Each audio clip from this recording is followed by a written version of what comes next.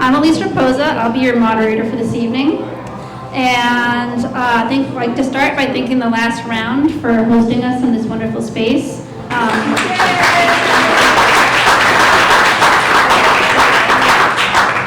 As always, please show your support by ordering food and drinks while you're here. If there's anyone here who's new to Science Cafe, here's how the night will go. Our speaker will give an approximately 20-minute talk without slides, and then there'll be an extended Q&A where you all can hop in and ask all your questions. Usually, if there's anyone in the back who's kind of afraid to come up to ask their question, I'll kind of make my way around the room to try to relay questions up to the front. You should know that tonight is our last Science Cafe for the year, or for the season, technically. Like many South Coasters, we like to take the summer off, but we'll be returning in early September with an exciting new season of talks.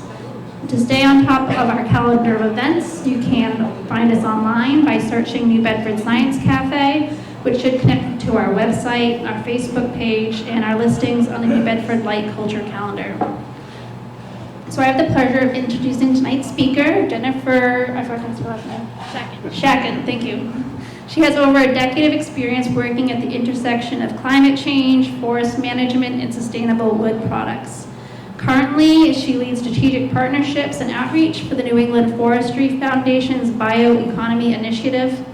In that role, she collaborates with professionals in architecture, engineering, and in construction of advanced climate-smart approaches to building, including mass timber and other innovative wood products. Jennifer holds master's degrees in forestry and environmental management from Duke University and is an SAF certified forester. Please join me in welcoming Jennifer to the podium.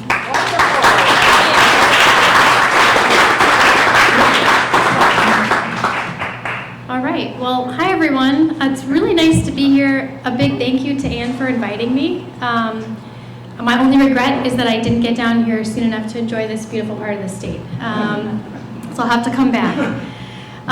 So I'm hoping that you leave my little talk today, and I'm setting my clock so I don't yammer on too long, feeling really hopeful and excited about what's happening in the realm of innovation with wood products, because we're having an opportunity to have sort of a heritage industry like forestry and forest products being married with a lot of innovation, and it's creating some opportunities to do some really amazing things in the building sector, creating better buildings, beautiful buildings. And we're finding a way to solve this problem of how do we provide everything that humans need and actually do that within the boundaries of what our planet and our forests can provide to us. Because part of the context, of course, is we have a bunch of simultaneous challenges, right? We have a housing crisis where we actually probably need to build more. And what are we going to build it with? We need to build it with the right materials or we'll exacerbate other problems like climate change. So that's the challenge we're trying to solve, and that's part of what I get to work on in my work. And so I guess I'll give you a little bit of context, because you might be wondering, why is this conservation organization and a forester talking to me about green buildings? I'm not an architect, I'm not an engineer. I come into this space through sort of the materials side, the supply side. My background is in ecosystem science, conservation, and forestry. So I have my background learning about a forest as an ecosystem and a natural community that provides all these incredible ecosystem services that you all know about, like filtering our water and clean air and wildlife. And I was drawn to forestry school because I wanted to understand what I thought of as at the time as the other side of the coin. Like, well, how do you think of a forest as a resource that you can manage to produce the materials that people need? And so over the past 10 years or so, as you heard in my bio, I've kind of been working specifically on this intersection between climate change and forests. And it's a really fun topic to work on because the interaction between our climate system and global forests is really, it's a two-way street. Our forests are profoundly affected by the climate. What trees grow where and what forest types is largely a function of temperature and precipitation. But they in turn influence the climate. And there's two major ways that they do that. It's course, the function of the living forest. Just by photosynthesizing, trees are taking up CO2 from the air and they're converting that into woody material. And that's storing carbon. So our forests globally take up something like 14% of all of our annual emissions. So there's this incredible buffer against climate change. But then when we actually manage forests and we do active management of our cutting trees, the question is, where does the wood go? Because that's the other part of the equation. And wood products are also part of how forests are a climate solution. And so at New England Forestry Foundation, a lot of our work is about trying to take this very holistic view of the role of forests in mitigating climate.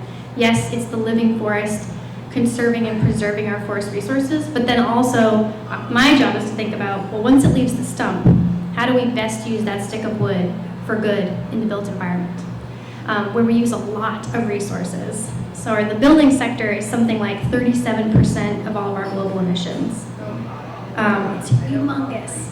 And that's, a lot of attention over the years has been paid, and a lot of that percentage is operational emissions, the energy it takes to keep the lights on and the fans running and the Wi-Fi chugging along. But another piece, which is kind of the newest, it's not really a trend, but it's the biggest topic that I'm seeing now, is thinking not just about the operational emissions of a building over its lifetime, but the embodied carbon that went into all the materials used to construct and build the building. And so that's all the upstream emissions that happen in the extraction and manufacture and transport of all the raw materials to the site. And because there's this growing interest in embodied carbon, and a lot of folks in the building sector, from the architects, the engineers, there's a decarbonization commitment pledge for every flavor of profession in the building sector. And this interest in embodied carbon is a big topic there. And so it's naturally leading to a lot of interest in wood. And so now that brings me to sort of this topic of mass timber. What is mass timber? And as you saw in the description, it's a term for a whole suite of different engineered wood products.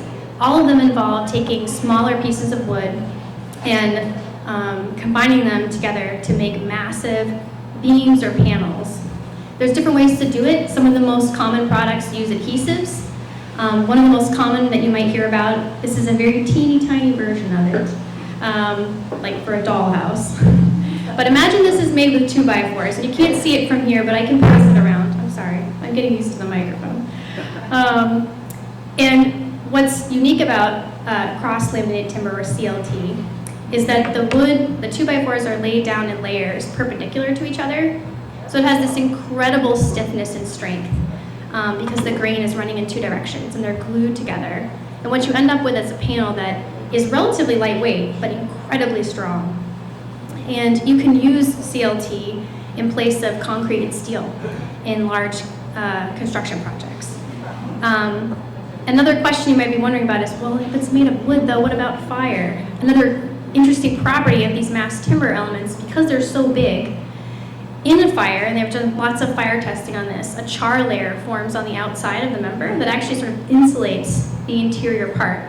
And there you can find pictures online from some of those tests where you can see a steel beam that's actually melted and the wood is holding steady. So it's a little counterintuitive. There are a lot of properties of making these massive elements that make it quite different from light frame wood construction.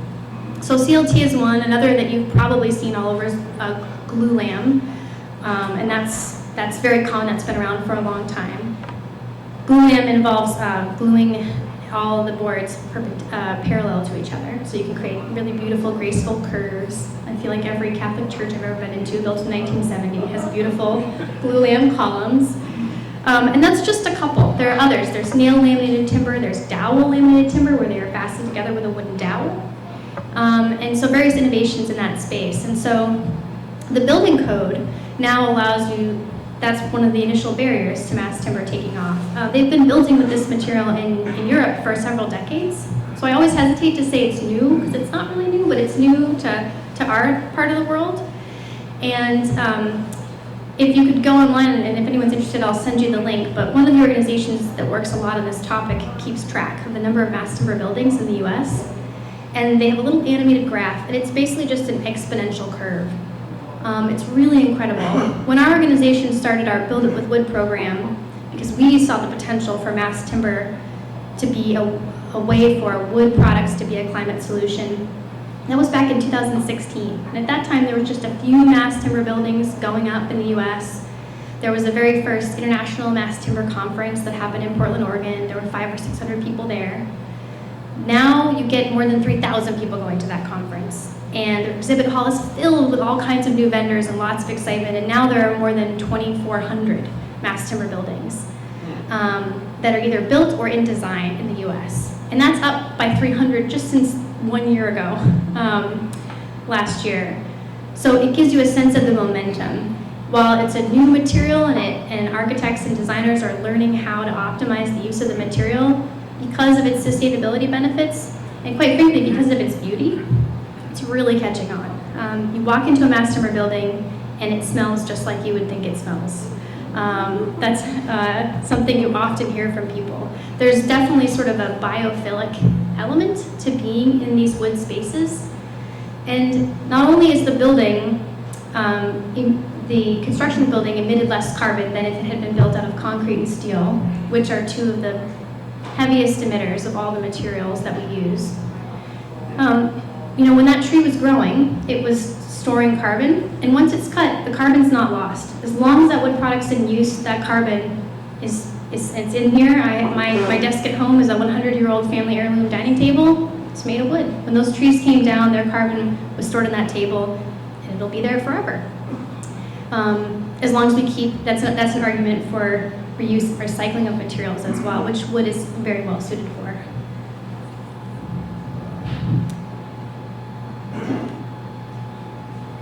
So I also want to give you a sense for the kinds of buildings that this material is being used for, because it really runs the gamut. So some of our initial buildings that we had in the state, some of them you might have driven by or seen actually. The big flagship one is at UMass Amherst, the John Olver Design Building.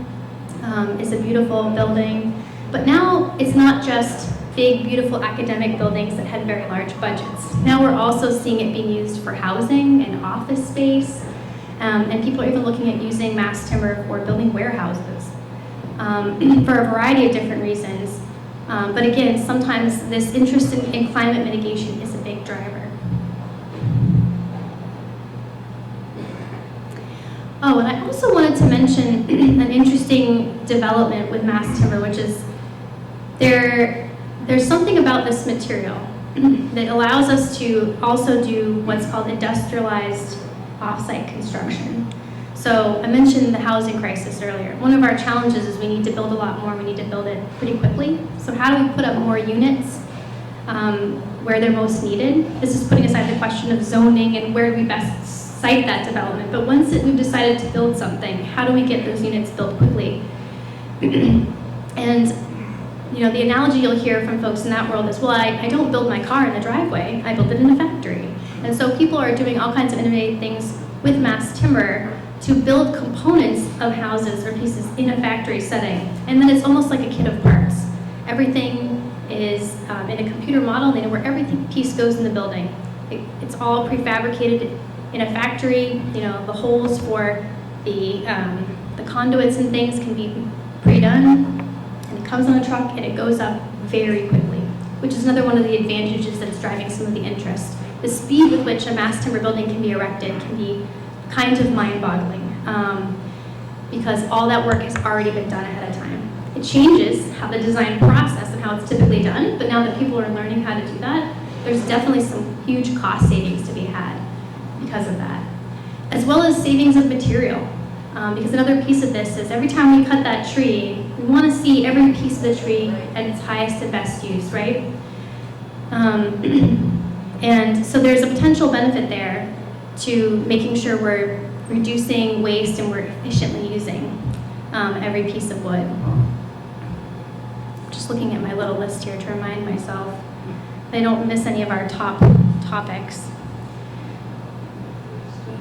Another thing that's worth mentioning is that there, in terms of trends in the building sector that I'm seeing in my work, because as a side note, while I work in forestry a lot and I interact with a lot of conservation and forestry folks, I spend a lot of my day working with people in other sectors, as we mentioned, interacting with architects and engineers and folks in the construction world. Sometimes I'm the token forestry person in the room, trying to go to their spaces and learn what their challenges and constraints are. Because if you want to make a solution like this work, there's a lot of win-wins that we could achieve to build a stronger connection between the local forests we have in our region. They're abundant. There's a lot of deep expertise on how to manage them well. We have great land conservation success in New England. About a quarter of New England's forests have already been conserved. So there's a potential win-win there if we can marry that incredible natural resource, and we also have some of the biggest and most dense urban centers, right, in the country. And those, rather than competing with each other, as can often happen, that can actually be a really mutually beneficial relationship. But we have to get a few pieces lined up in order for that to happen. And so one of the challenges that a lot of folks are working on is that wood is a commodity. It's a commodity, and as with any commodity, it's sold all over the world and it's all mixed together, and it's often very difficult to know where your wood came from. If you know the species, that certainly tells you something. If it's southern yellow pine, I know it came from the southeast. If it's Doug fir, it came from the west. But beyond that, it's often really hard to know. And another trend that I'm seeing in my work is a lot of interest in local wood. I'm seeing something, and a lot of us are, that parallels what we've seen in the local food movement, where people are asking a lot of questions about what they're consuming, and they want to know where it came from. So there's a question of transparency, but they also want to know about the forest management that produced the wood. Even beyond, I want to make sure this wood didn't come from deforestation, which is highly unlikely if the wood came from North America. But even within North America, people want to know what kind of forest management produced this wood. And there's a whole spectrum of forest management techniques out there, some of which deliver some really high quality benefits for wildlife and long-term health of the forest in addition to wood. And so there's a lot of folks pushing in that direction, because the more people choose to use wood and ask those really good questions about, is it sustainable and what does that really mean to me, the more the buying power of folks at the other end of the supply chain can have a really positive impact upstream by rewarding the landowners who do that really good long-term forest management. So in my organization, a lot of the work that we do has to do with the forestry.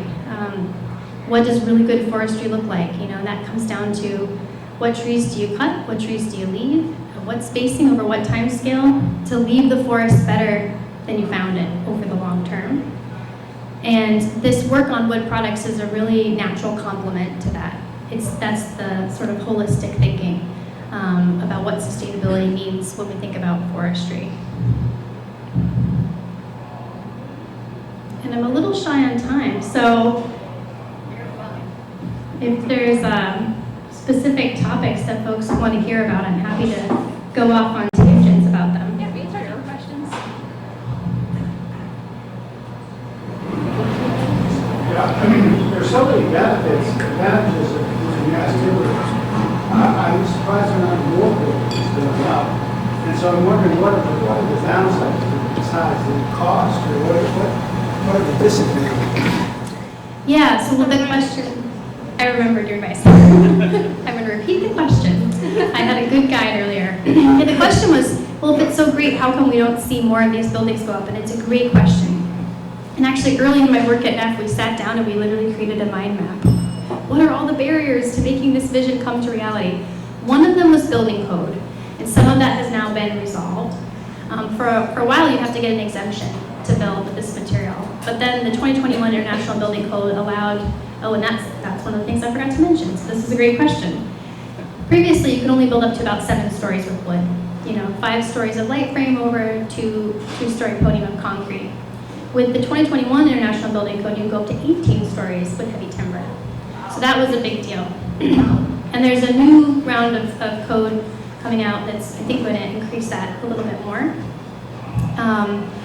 And related to that, we actually have the honor of having the tallest mass timber building in the world, in the US again. That title was held by a Scandinavian country for a long time. It's in Milwaukee. It's actually 25 stories tall. And there's a few mass timber folks in the room, so they might know. I think that might be several stories of concrete and wood above it, or they may have actually gotten that special exemption to do that. But you can go really tall with wood. And the other beauty is that you can leave some of the finishes exposed, which also saves on cost and materials, where the fire code allows for that. So you can, a lot of times people love to leave the ceiling exposed because it's a really beautiful look. But some of the barrier, honestly, is just lack of familiarity. It's a different material to construct with. You know, people have to learn how to do the connections. The construction timeline is different. And insurance could be a challenge at first because the actuaries didn't have a number for a building like this. And so mass timber, while much more fire safe than light frame, was kind of getting dinged because we didn't have good data.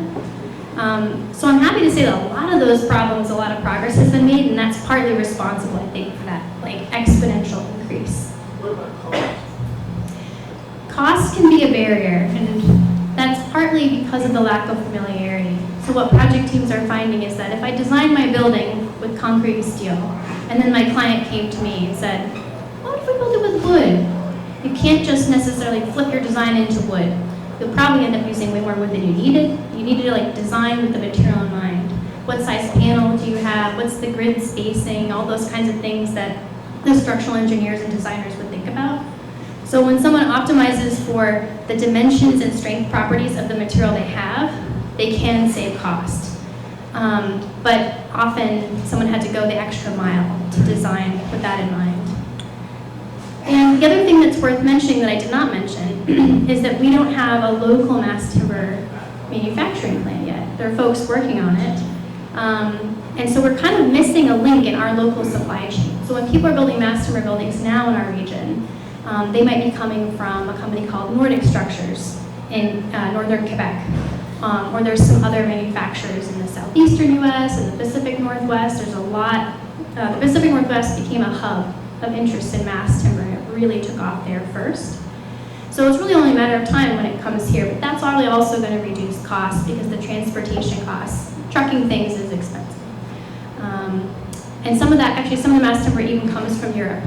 And it seems like, well, how could that be cost effective? But it comes on a rail to a boat. And so in some ways it can be cheaper than getting it domestically. So there's a lot of complicated factors, but I'm seeing a lot of those barriers starting to fall away. I have a question from the back.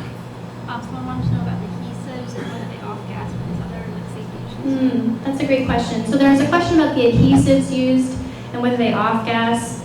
And I should have a more technical response to that question at this point in my work.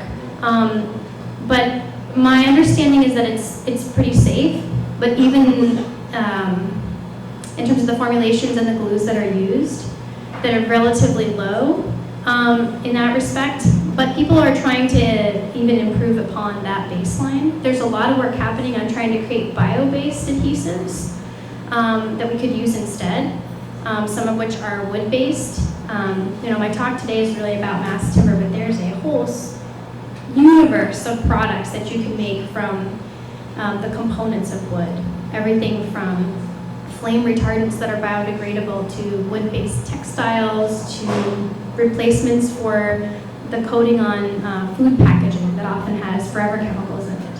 So mass timber, the adhesives are not a big concern now, but even still, people would love to have a better alternative that was a bio-based option. And then of course there are some products like dowel laminated timber, and one of the things that's great about that is the sheer friction of forcing the wooden dowel through the wood, that it sort of glues itself together. And that has no adhesives at all, so that's a really cool product. There are also some folks working on, I mentioned there's nail laminated timber, where it's exactly what it sounds like, it's just boards nailed together. There are people who've been doing that with wooden nails that works the same way as the dowels. It's the heat of the nail gun shooting them in that actually bonds the wooden nail to the wood, so it's quite strong. And then you can pass it through a CNC machine and cut out things and not have nails destroying your equipment. I'll go with the bar, because you're farther back, and then I'll work my way up. Yeah, I had a question about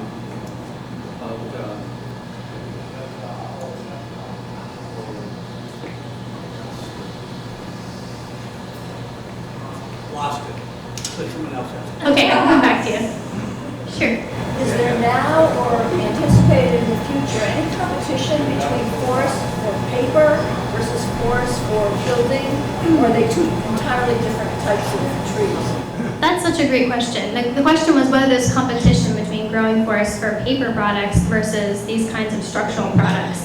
And the answer is they're actually a really great complement to each other. So every individual tree, that straight bowl on the trunk of the tree, that's going to produce a lot of the high quality wood that you would use for something like a CLT panel. But the tops and branches, or the lower quality, poorly formed trees, those could go into lower value products like paper. And so one of the things that I talk about in my work a lot is mass timber is great. It's the charismatic megafauna of wood products. It's very cool, it's very exciting, it's very innovative, it's saving tons of emissions. But the most popular products are made from dimensional lumber, which is the high value saw timber stuff. And so to do really good forestry, you really want to have robust and diverse wood markets. As we were saying earlier, to use every part of that tree, everything from the sawdust that came out in the mill to those straight boards. So rather than being competition, actually if we have strong markets for both, I think that's actually the ideal. This might be a sort of silly question, but the framework of the building is made out of this special wood. Is the whole building constructed of this wood? The question was whether the whole building is constructed of these mass timber components or just sort of the frame. The answer is it can really vary. There's so many different combinations. A lot of times you'll find people using glue lamp columns and then cross-laminated timber panels for the ceilings and the floors, or it could be a hybrid building where they use light frame steel for the frame and all the floors are CLT. And so it really runs the gamut. It depends on the project and the project's needs, and there's different ways to do the cost equation. And so that's really the main take home, is that some of the products are really well suited for columns and that kind of force, and then some of them are really well suited for walls. CLT can be used for walls and floors and ceilings. And I think you've had yours up for a while, so go ahead. So exactly how a forest manages this, not specifically, but general things, in terms of economics, when you have much demand, like exactly how a forest manages that. The easy answer is put down a tree plant. Okay, that takes a little time. My demand is rising, what exactly do growers do? Yes, that's another really good question.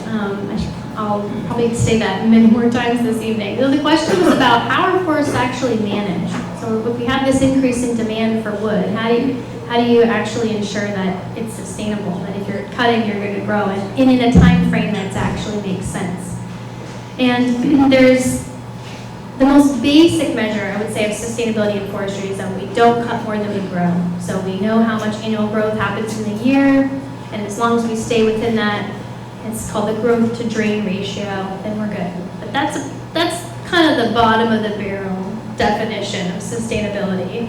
There are places we could go where we can see that folks are cutting on a cycle that actually meets that standard, but the trees don't grow quite as big or quite as old as we would maybe like them to in terms of wildlife habitat or from the climate equation. So it really depends a little bit on the landowner. In New England, most of our forests are privately owned, which is, we all know this, but if you talk to your friends and family in the West, it's just such a different context out there, mostly federal land. Yeah. So who decides what happens to the New England forests is thousands of individual landowners. And in northern New England, we have a lot more commercial industrial land ownership, where timber management is the main objective. And so there, it's a really different dynamic in terms of the type of management that's happening, as opposed to down here in southern New England, where there's a lot less harvesting, and the harvesting practices might be a little bit different, and we have different forest types. So it really varies. But across New England, you mostly will see partial harvests of various kinds. There are parts of the region where larger scale openings, that like clear cuts might be happening, and there's some planting. But most of the time it's smaller scale harvests where you're creating small gaps, or you're taking individual trees and releasing the crowns of your best crop trees. And we have really good natural regeneration in New England because it's relatively wet here. So unlike some places out west where planting is really necessary to get that area to green up quickly, here we can, if done right, we can sort of use Mother Nature to help us. With the right size opening, pay attention to the seed trees, you can determine what's going to regenerate in the forest. So the question of supply and demand, though, is the other part of your question. That's a really good one, and it's an important question that people ask. Okay, if we're going to start ramping up our use of this material, it's going to be harvesting a lot more wood, isn't it? And are we going to run into the limits of what our forest can produce? So a lot of folks have sort of done the math on that. If we added 1 or 2 cross-laminated timber plants in New England, how much wood volume would that consume per year? Or if we scale up even from there. And most of those numbers look like, wow, the buffer between how much more wood we could consume is quite big. Our forests grow far more than we cut every year. But the other piece of that is the efficiency and the wood use piece we talked about before, where there's a lot of new technology actually that's helping us get more out of every piece of wood. So for example, people are using computer and AI-assisted grading in some cases. So when that board comes through, I mean, the folks who can visually grade wood, I'm actually in awe of them because the number of rules of thumb they were keeping in their mind and the speed with which they were doing that is amazing. But the visual grading rules, by their nature, have to be a little more conservative. You only can have a knot this far from the other knot, those kinds of things. There's things like machine stress reading and AI grading that allow you to actually measure the strength of that board, literally. And so we can get more yield. And so I think that's going to help as well. And the last thing I would say is our organization does a lot of work on what's called the silviculture, which is sort of the science and art of growing trees. What are they call them silvicultural prescriptions. Those are the details about those harvest techniques I was mentioning that dictate, okay, what kinds of trees of what size, what crown ratio and things do you take. And we know that when you do certain types of practices, you can actually increase the productivity of the forest. So we're doing a lot of work in that space as well to say, in some cases, if we do certain practices, we know over the long term, the forest is producing more wood than it's currently growing. But oftentimes, it's a waiting game. So for the big commercial landowners, sometimes it doesn't pay to do that kind of forestry because they're competing with their peers. So there's actually some really interesting, innovative stuff going on to say, there's a public good in us growing those trees a little bigger and older, and there's a long-term benefit to the landowner because they'll have a more valuable forest asset at the end of it. So people are looking at ways to bring innovative financing to make that easier for landowners. So a long-winded answer, but it really varies. The type of forest management varies by landowner type and their own individual constraints and their forest type. But in New England, the standard of practice is pretty good, and we kind of know what techniques we might use to even increase productivity even more than we already see today to make sure we stay within that growth to drain ratio. So specifically, I know you've said this a little bit, but what kinds of wood are you using? What is regenerative enough to really give you a lot of timber? This is great.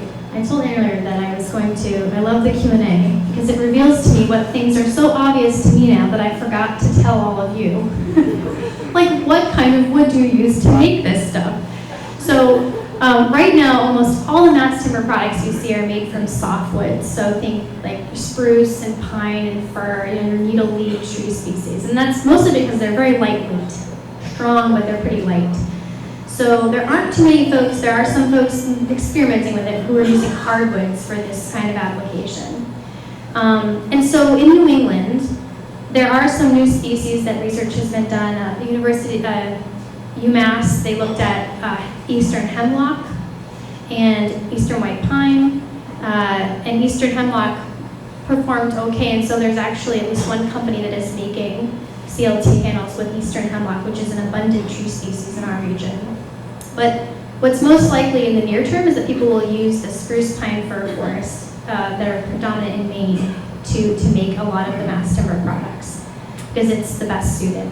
Doesn't leave southern New England out of the game because we do have some of those species down here and we do have a lot of hemlock and there's a lot of innovation happening. Kind of related to the other question, not only just the species that you use, but the grades of lumber that you can use. Cross-laminated timber is available in different plies, kind of like your toilet paper. One of the most common is a 3-ply, which is what this little example is, but it can be 5 or 7. And so people are looking at, okay, what do you put in those middle laminations? Maybe you don't need the same strength properties. Or the visual look of the boards on the outside well, you need that, but you don't need that in the middle pieces that nobody sees. So that's also changing what kinds of grades and species of lumber can be used for this stuff. What's the lifespan or relative to concrete and steel? Yeah, the question was the lifespan of the product relative to concrete and steel. One of the really exciting things about mass timber also is there's another movement kind of in the architecture and green building world on design for disassembly. People are thinking much, much more about the end of life of buildings. How do we take them apart and reuse the components and salvage things? And so in that sense, I think it's going to be far superior because if you put all these CLT panels together, you can take them apart, reuse them, you can sand them down, you can take hardware off and make them into other things. So the lifespan is really quite long. I mean, we can look to places in the world like there's some temples in Asia that are thousands of years old. If wood is treated correctly and built in the right way, it'll just last for eons. And sometimes they'll even put wood over the metal components to protect them. Just a follow-up to that, you said wood lasts, my house is 100 plus years old, it's wood construction, it's as good as new. That's got like the adhesives and that, and they're going to decay with time. So what is the lifetime of a laminated panel like that when you take into account the decay of the glue and that consequent reduction in structural stability? The question was about, what about the glues, the adhesives, and do they degrade over time? And that's a really good question, and I don't actually know the answer. So I know that, we have examples of mass timber buildings that are much older than any examples we have here in Europe. And they do a lot of testing on the panels, but it would be next to impossible to test the time dimension that you're saying. Yeah, we can test it for strength, and if you go to the plants, they're regularly doing that out of the product line. What they don't want to see is anything breaking on the glue line. Want the wood to break before the glue, basically. But yeah, that's a good question. I'll have a better answer next time. Okay, you mentioned factory-produced components. So, it's a little fantasy question, but if Frank Lloyd Wright was still alive, what do you think he'd be designing in this stuff? The question was, if Frank Lloyd Wright was still alive, what do we think he'd be designing with this stuff? And thinking about, the factory construction as well. It's interesting. I wish I could remember the quote, but we actually made a video recently at our organization, and we had a Frank Lloyd Wright quote right at the beginning. And it was something about respecting the tree and how we use it. I think he'd be excited about the use of this particular material. And I will say that I think, when you say industrialized construction, it sounds like the artistry and beauty would be sort of lost potentially, which could be true. But I think one of the things that's kind of nice about it is it's an opportunity for a lot of the skilled folks in the trades to work in a different kind of environment. So some of the factories that I've been in, there's a lot of thought into the ergonomics. The folks working, we have vacuum presses, so people aren't bending over and hurting their back. You're inside all day. All the tools folks need are right there in their little cart. And so it's a wildly different way to build, but there are some nice pieces about it. And also because some of you who might work in those industries, sometimes labor shortages are a real problem. And so being able to build more with fewer people is sometimes an advantage rather than being something that is reducing available jobs. It's sort of like, well, there's aren't enough folks with the right skills to fill those. But the design possibilities with mass timber are really exciting. The architects get really jazzed about building with this stuff. So I think he would be excited. But I'd love to see a lot of the very, very modern designs we're seeing with mass timber. Some of the most award-winning buildings and things are quite modern looking, which is kind of interesting. It's again this marriage of this material we've built with for generations. And there was many times, right, where what was modern was to build with concrete steel. And it's almost like everything old is new again.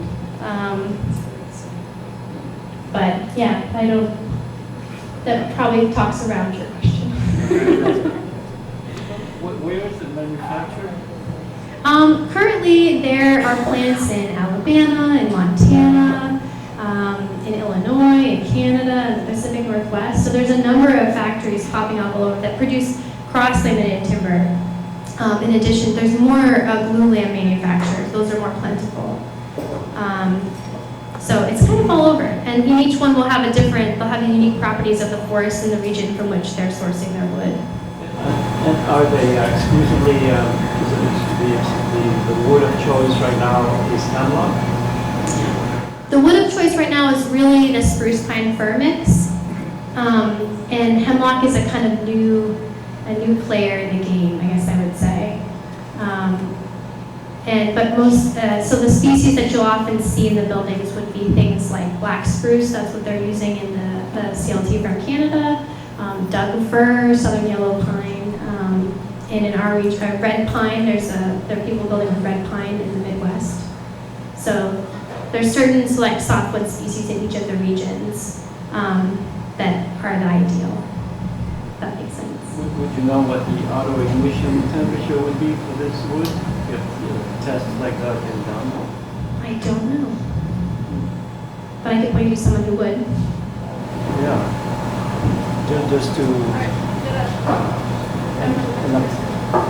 Just one follow-up question, and then someone else can jump in. I mean, once it burns, can release VOCs, and which can ignite or cause a flashpoint. Have these tests been addressed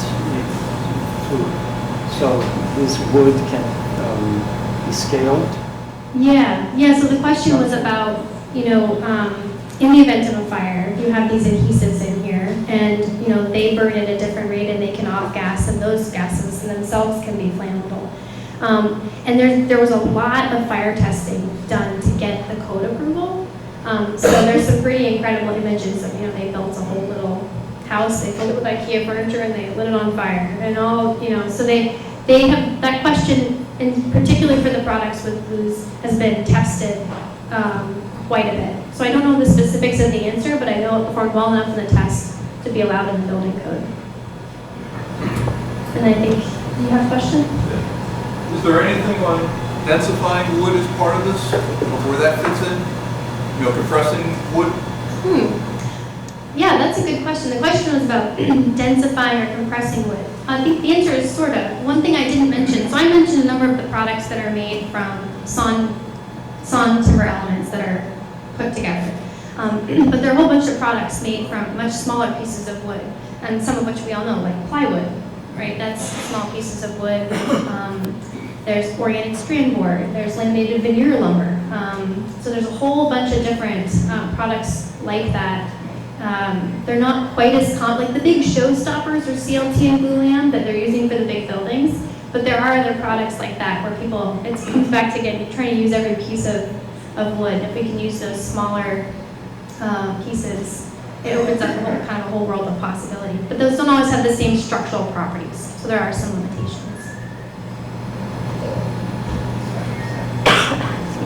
This might be difficult or impossible to answer because of the number of variables, but generically, or if you could do an apples-to-apples comparison, how would a mass timber structure compare in construction costs with the usual steel or concrete?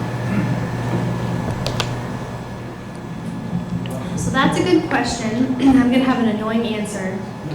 the question was, how does a mass timber building compare to traditional concrete and steel in terms of cost? And it really does depend. As I was mentioning before, there are examples where mass timber can be cost competitive or cheaper than those traditional materials, but it's kind of like you have to have the right design. And I mean, this is a little weezy, but for anyone who is in the space of architecture or construction, an integrated design process is often what teams find themselves doing. So as opposed to the architect designs the building with the client and then you pass it along to your general contractor and so on and so forth, that model doesn't work super well when you have mass timber components where a lot of decisions needed to be made way up front about how things were going to be designed. And you know, if it gets to the site and the door is in the wrong place, it's harder to fix that. So what we find is that design teams who work more collaboratively at the beginning, especially with a product that's a little bit new, tend to have, you know, better outcomes.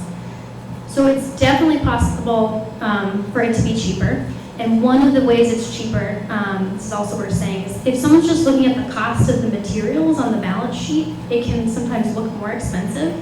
But the savings come in other parts of the project, like the construction timeline being way shorter, and things like that. And so sometimes, if someone's not taking like the big picture view of the whole project, they might be missing out on that cost savings. The other thing I should mention is, in addition to a speedy construction timeline, it's often really well suited for urban infill. So there's a lot of really great projects where we have sort of several-story masonry buildings that are historical, and you can build a couple stories on top of that with this type of material because it's lightweight enough to be supported by the masonry structure. And wood and brick look really beautiful together, so that's a nice plus. But the amount of workers on site putting up a mass timber building and the amount of material is much less, which is also a nice advantage sometimes when people are building in tight environments in an urban setting where you don't have a place to store materials and your neighbors really don't like to hear construction noise. I'm sorry. I'm not expecting a lot from this, but we are in New Bedford, so I have to ask. Are there any opportunities for shipbuilding with this material? No. The question was whether there's opportunities for shipbuilding, and I don't know. I didn't think so.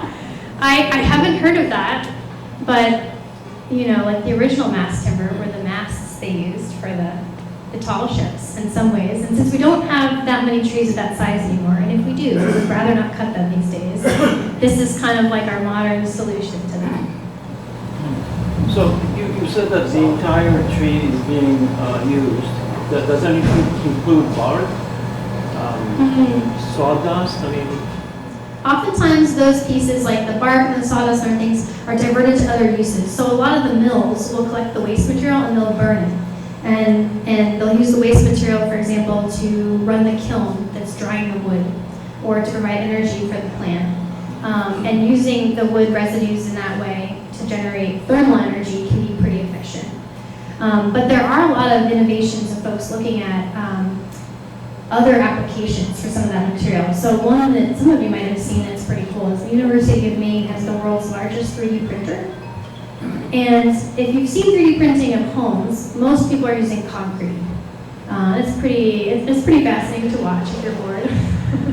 But as we talked about before, concrete, particularly the cement, is just, the emissions are really high. Which is not to say that folks are working on decarbonizing that as well. And they'll probably get there at some point, which is great. But the folks at UMaine said, can we print something with bio-based materials instead? And so they have the first 3D printed home that's all bio-based materials, and it's made from wood flour, which is basically, you know, wood pulverized into its tiniest pieces. And then the adhesives for that, the binder, I guess you'd say, is a cellulose-based binder from corn. And they're working on upping the percentage of wood flour, being a very forested state. Maine wants to use more wood. And so that's a little bit out there. That's a little ways down the road, I think, before we see like a whole neighborhood have 3D printed bio-based homes. But I don't know, maybe it's not that far off. there's a lot of residual material like that there are folks looking at different outlets for how to use that to replace all kinds of petroleum-based products. We were talking earlier, some of us, about plastics and microplastics is a big concern on everybody's mind, and so I'm particularly excited to see how do we get some of these wood residues in bio-based, because plastic is great. I have toddlers, they're gross, and it's easy to clean plastic things and they don't break. But if there was a bio-based alternative, I would pick that off the shelf, in a second. So I think it's exciting to see the opportunities where we don't have to trade off on beauty or design or utility, but we can still have, a sustainable material. That's kind of the dream. Time for one more, and the guy in the hat hold it. Sure, go for it. I apologize for having missed your presentation, so I'm observing Q&A. I have an observation and a question. The observation was having witnessed mass timber building go up in Brooklyn, where my architect wife and I lived, and the comments were how much quieter the job site was because hammer drilling into concrete, of course, driving fasteners into metal is quite loud. So environmentally, in terms of experience, it was an extraordinary difference. That's number one. But my question for you is,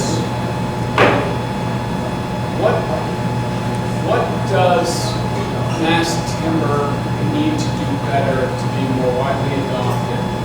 I mean, technology and design, and have and at the fringe of milling, robots, blah blah blah, all kinds of sort of edgy stuff. But what can mass timber do better? What do you, from your deep experience with this matter, what do you think we need to do better with mass timber? Because I just love the idea that we use biomaterials for our Yeah, that's great, and there's some other mass timber folks that might kick it to close us off. But hopefully, folks heard the question. The comment was that having seen a mass timber building go up in Brooklyn, commenting the neighbors noticed how much quieter it was being erected than their traditional building site. And then, boy, that's a difficult question, and I'm going to open it up if others have opinions. But in terms of what is mass timber, I'm coming from the forest perspective too. So part of it is I want to see more variety of grades and species used, because that gives more opportunities to the foresters upstream to do the best silviculture they can and not be limited by what there's markets for. But you're asking about adoption. And so at NAF, a lot of what we've been trying to do is say, this is a win-win for the forest communities of our region, for the urban places where we need more building. And so we've just been trying to raise awareness. And for a long time, that's what people would tell me. The demand signal isn't strong enough. We need to see more demand. I think that's still a little bit true, but I think it's kind of where you were heading. I think there's some technological tools that we could use to optimize our use of the material and speed up how quickly we're designing with it. We've been working with some architects on a big project where they collected precedents of the use of mass timber for affordable housing projects and looked at all the design specs for all of them and tried to basically come up with a couple of prototypes. What's the best way to do this? And even there they found out, well, there's no one size fits all, it really depends. And so I think there's a lot of opportunity for, maybe using AI or even the fact that a lot of companies have BIM so that you can, that's a building information management where it's a digital model of your entire building. So you can figure out a lot of these design decisions quickly ahead of time and troubleshoot. That's a squishy answer to end on, but it's a good question. Thank you for that. Do you want to talk in? Sure. I should say I know these two gentlemen, Right. as they are working on mass timber as well. Public service announcement. So my partner and I are trying to put together a deal to build a mass timber plant here in Massachusetts. With regard to adoption, that was our primary question when we started this about 2 years ago. And we've been full-time at this. Sorry, not loud enough? My voice doesn't carry anyway. So when we started this, that was pretty much much our first question. We went around and interviewed architects, developers, structural engineers. And everyone said, it's getting there. It's, the cost is coming down and we're starting to understand how to use it. But it's really like any technology.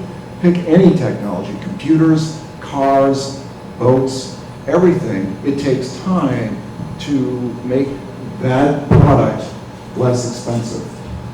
It takes time to learn to figure out how to use that product. And that's kind of where mass timber is today. We're figuring it out. And to the extent where, when Stone and I started this venture, mass timber was kind of like, if you were really good at putting up a building, it cost about, it's about a 5% premium to steel and concrete. About a year into it, the technology reached parity. Again, you had to be an organized, well-organized team.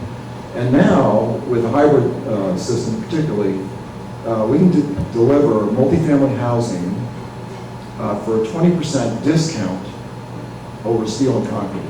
Wow. And if you understand real estate finance or anything to do with construction, 20% in anything is a tremendous number. And there are developers in Boston there are 2 big projects, each of them about 3 million square feet, who are committed to using mass timber because of this savings. So it's coming, and it's just, like I said, just took a little time to figure out how to use it. And now we know how to use it, and it's 20% less than steel and concrete. And it's beautiful. When you look up, I don't know how many of you have been in a typical multifamily home, a new construction, those 5-story buildings you see all over the place, they're all just white boxes, right? So a mass timber building, depending on how much of it you use, whether it's CLT and you use glue-line cones and stuff, will have all that wood, or the vast majority of that wood exposed. And it's a very different experience and allows developers actually to charge a little bit more money, have their projects lease up faster, and it's a hell of a lot nicer product to live in. So it's coming. We just got to raise, how much? 130 million? Just And we need a building that's about 8 acres, under the roof. So that's our venture. And so Snow and I are delighted to talk to anyone after this presentation, weeks, months afterwards. We're spreading the word. Anyone who's got deep pockets, love to talk to them. Even if you don't have deep pockets, we'll come visit. And I'm dead serious. We talk to everybody. And everybody within the ecosystem. So that's our public service announcement for tonight, and I'll turn it back over to Jen. And if you need any other information, I'll be delighted to jump in.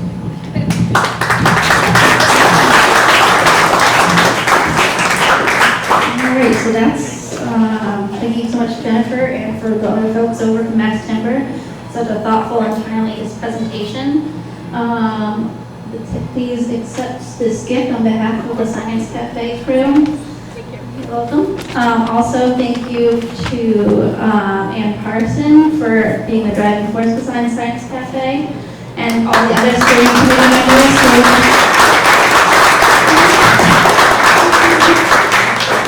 And as well as all the other steering committee members for all your great ideas and commitment to making Science Cafe happening.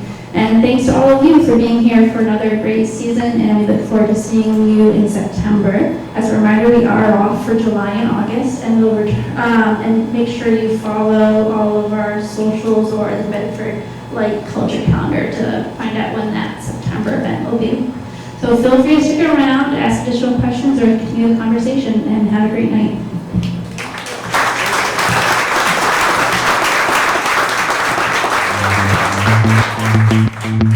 Thank you.